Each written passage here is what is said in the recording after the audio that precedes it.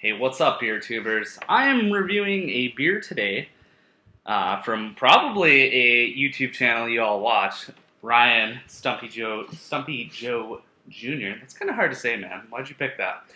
Anyways, you already know what beer it is. It's the Stone collaboration with Rip Current Brewing Company and Robert and Ryan, or R&R Coconut IPA.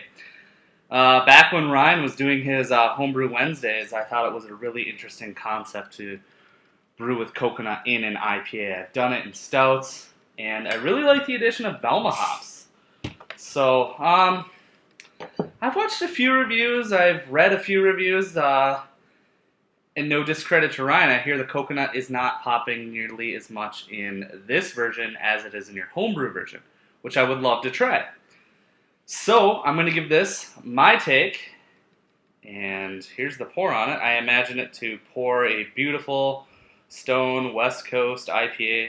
Clocks in at 7.7%, I want to say.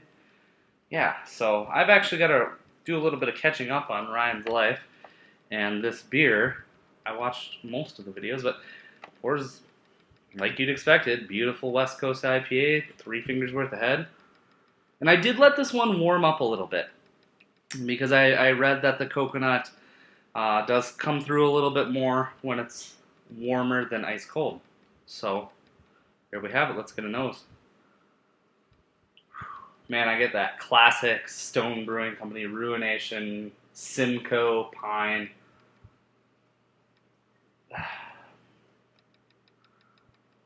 It's very dank. Like, extremely dank. Almost some Amarillo in there. The Belma is a hop that I've never used, and actually, Ryan, you actually talked about it on a Homebrew Wednesday prior to brewing this beer. And it got me excited, but I missed the crop. So, next year. Anyways, back to this beer. Smells just like a really, really good Stone IPA. I'm not getting really any coconut. I mean, there's some like that creamy, coconutty. It's faintly there. It's just not popping. I definitely do get a lot of tropicalness, and that might be from the coconut in play with the citrus hops, but not jumping out like I wanted it to, and that's not saying it's a bad beer. So let's try it. Cheers.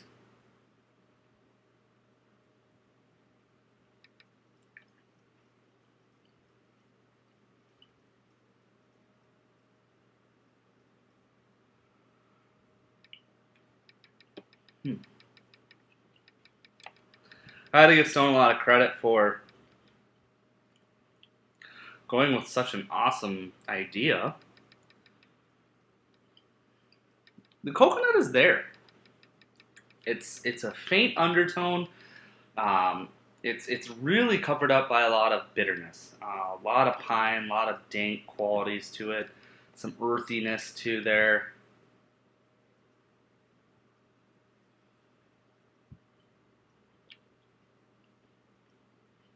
Definitely there on the undertone. I don't know, when I got really excited for this beer and got really excited watching all the hype that Ryan was building and that Greg was building, and I really expected this almost like in-your-face tropical coconut bomb backed by like a super citrusy, fruity backbone of an IPA. And I almost got the exact opposite. There, it is a really awesome Stone IPA with coconut undertones. And I think that it deserves a 90 out of 100 for me. And I would definitely drink it again.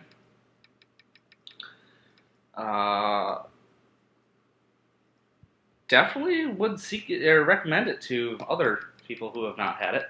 But that brings me to my final point with this beer review.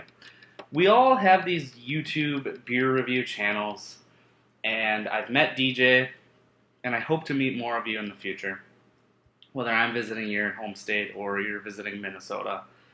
But it all kind of feels like we comment on each other's channels, and we have this like almost knit community, and you know, if you're subscribed to me and I'm subscribed to you, know who we're talking about here. And I think that's a really cool thing, and I think it's really cool that almost all of us have gotten an opportunity to try Ryan's Stone creation, because that's like on the next level to me. And I think that's really awesome that you put together an award-winning beer, and that shows to your skill and your brew partner's skill of how to make an awesome IPA. So, cheers to you, Ryan. Thanks for bringing us this possibility of reviewing your beer, and cheers to this community, guys. I'm going with a 90 out of 100, and I'm going to leave it at that. See you in the next Stone Beer review, which shouldn't be too far behind. Cheers, guys.